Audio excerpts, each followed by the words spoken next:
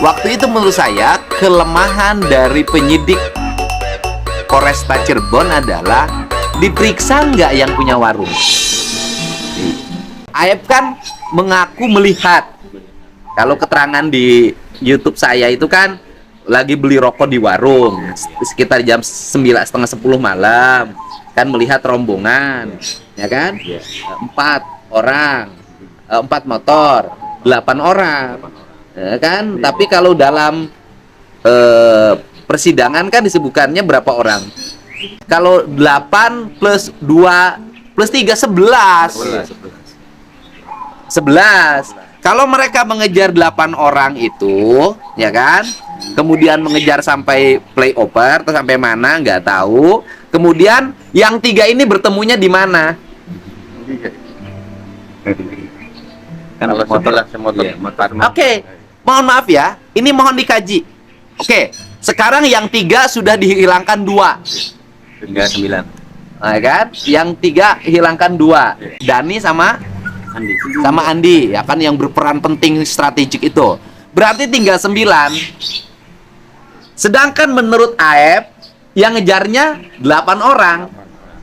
4 motor yang biasa nongkrong di situ. Taruh di situ dimasukin lah Sakatatal segala macam kan? Ya kan?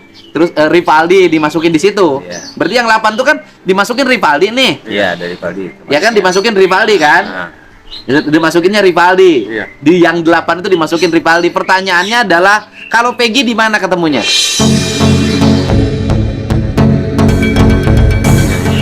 Iya ya Pak. Nggak bisa dijawab Pak. Nggak masuk logika. Kalau Aep menjadi saksinya Peggy dan menyatakan melihat Peggy pada waktu itu nongkrong, jumlahnya 8 orang. 8 orang tuh di dalamnya termasuk Rivaldi kan, sudah ada di dalam. Ya artinya masuk Rivaldi. Berarti dari 8 itu kurang, Aep itu menyebutkannya harusnya 9. Kurang 1. Iya. Ini yang dihitung, yang dianggap yang sah menurut Polda. Menurut Polda yang sah ini sah, terdakwanya tersangka 1, terdakwanya 8, ya kan? Yang 2 kan hilang, imajiner, yang pemeran kunci utama, yang perencana, pertama mukul, pertama merkosa, yang pelorotin celana dalam. Jadi kalau nggak dipelorotin sama dia celana dalamnya, berarti nggak bisa diperkosa kan, nggak mungkin merkosa ada celana dalamnya kan.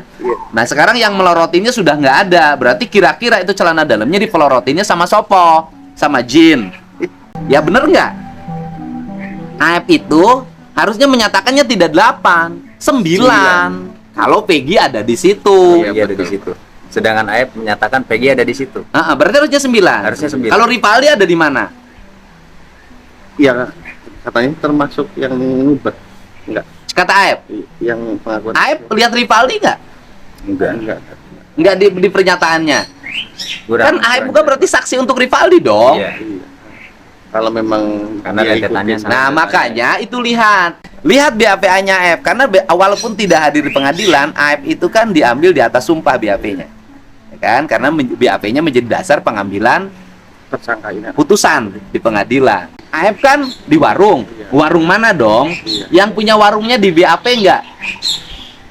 Yang punya warungnya menyatakan bahwa Aep bener beli rokok di sini. Beli rokok di tempat saya jam sekian. Di BAP enggak yang punya warungnya? Lihat. Kalau yang saya tahu tidak ada, Pak. Ya kan? Ya.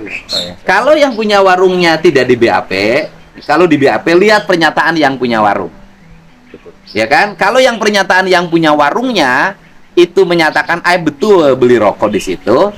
Pertanyaannya adalah yang punya warungnya melihat nggak peristiwa? Kalau Aep melihat peristiwa itu, anak melempar batu anak-anak kemudian mengejar menggunakan motor, yang punya warung juga harus melihat. Karena Aep pasti bereaksi. teriak minimal ya Pak. Harus bereaksi. Oh, itu tuh. Iya ada. Ya kan? Iya. Itu melihat enggak? Nah, itu penting. Nah, kemudian kalau ternyata yang punya warungnya tidak pernah diperiksa, berarti keterangan Aep itu patut diduga diragukan kebenaran. Loh, ini nih saya beli rokok nih. Iya. Sini, Mas tukang warungnya. Iya. Wah, wah. Wih, itu anak-anak. Iya. Bereaksi enggak? Iya, bereaksi. apa gitu. Kata dia kan takut lari. Iya, lari. Kan dia pergi aja karena takut. Iya. Tukang warungnya bereaksi, kamu kemana? Ada apa gitu. Ada apa? Oh, itu ada anak lempar itu. Iya. Takut, tukang warung juga takut. Hah, ada apa? Apalagi tukang warungnya kalau ibu-ibu, yang bener. Ayo. Ya kan? Betul. Ini yang gini-gini sederhana aja, nggak usah sekolah yang tinggi-tinggi, ya kan? Iya. Gini aja. Nah, untuk menguji kebenaran dari seluruh apa yang disampaikan oleh Aib tuh gampang. Kita nguji kan, kalau kebenaran Pak RT kan kita udah uji. Sekarang kebenaran Aib kita uji. Di mana diujinya? Di pengadilan. Jadi caranya bagaimana? Ayo, udah pinter sekarang. Udah dikasih ilmu sama saya. Wah, ayo caranya gimana tuh untuk nguji kebenaran Aib itu? Aib itu kesaksiannya bener apa palsu? Yang jelas sih palsu, Pak. Ya udah, oke, yang jelas. Untuk menguji kebenaran saksi Aib palsu, ngomong terus di media sosial tidak akan bisa merubah keadaan. Diperdebatkan terus di televisi tiap malam tidak akan bisa merubah keadaan. Pertanyaannya kan ini tidak boleh berhenti begitu, harus selesai. Caranya bagaimana? Ayo. Harus ada pelaporan. Weh, keren. Aib harus dilaporin kemana, Aib? Ya ke polisi, Pak. Kemana? Polres, Polda, Mabes? Yang ya Mabes, Pak. Mabes Polri. Sebagai keluarganya Jaya yang hari ini mendekam di penjara seumur hidup, bersediakah melaporkan Aib ke Mabes Polri? Bersedia, Pak. Karena adik saya kan udah dirugikan sih, Pak, dengan laporan dianya tuh. Nggak benar kasarnya tuh. Wah, bersedia. Oke. Ya sama keluarga yang lainnya juga bersedia, Pak. So, semua. Oke.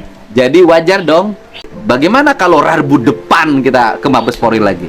Ya kalau saya sih siap-siap aja, Pak, ya. Ya maksudnya kan Yang lain kasih tahu. iya. Ya kan, kita Rabu depan ke Mabes Polri lagi, laporin AF. Nanti Mabes Polri bisa periksa Aib, bisa periksa Dede, ya kan? Betul. Mabes Polri bisa periksa tukang warung di mana Aib belanja. Mabes Polri bisa rekonstruksi. Jarak pandang. Rekonstruksi bener nggak Aib belanja di warung itu? Iya. Jarak dari warung itu ke gang itu berapa meter? Rekonstruksinya malam hari sesuai dengan Aib yang berikan pernyataan. Bener nggak? Betul, Pak. Baru ini top ini. Tadi nangis-nangis. Sekarang Semangat. Semangat. Makanya adik saya kan udah difitnah lah sama dia tuh. Atas pelaporannya dia kan yang ngomongnya gini lah. Itu Pak, itu. Ya, pokoknya keluarga sih siap, Pak. Ya terutama pribadi saya siap. Siap. Pribadinya siap. Siap. Berani sekarang. Gatot Kaca, pemberani. Terima kasih, Pak, ya. Ya, topinya ganti. Pakai topi yang agak mahal dikit. Wah, aduh. Iya dong. Kelihatan ganteng. Ganteng. Iya, Pak. Semangat sekarang. Ya, Mas. Jadi siap kemana nih siap? Ke Mabes, Pak. Mabes apa? Polri. Mabes Polri. Hari apa? Hari Rabu. Hari Rabu atau hari Selasa, nggak ada masalah. Ya, Yang penting nggak. waktu kosong sayanya kapan? Iya, Ya, itu kan. Laporin siapa? Aib, Pak. Atas dugaan apa? Ya ini apa Kesaksian palsu. Wih. Saksi kuncinya cuma dua. Satu, Aib dan Dede. Iya. Dua, Pak RT Pasren. Betul. Kalau Aib dan Dede dinyatakan kesaksiannya palsu, Pak RT Pasren palsu, menurut saya gugur ini. Walaupun sudah menjadi kekuatan hukum tetap dan walaupun sudah nana tangan garasi. Nggak apa-apa kita uji, saya bilang ini kan ada kekacauan kebenaran formal, tapi kebenaran substansial tidak akan bisa dikacaukan. Waduh, ya kan?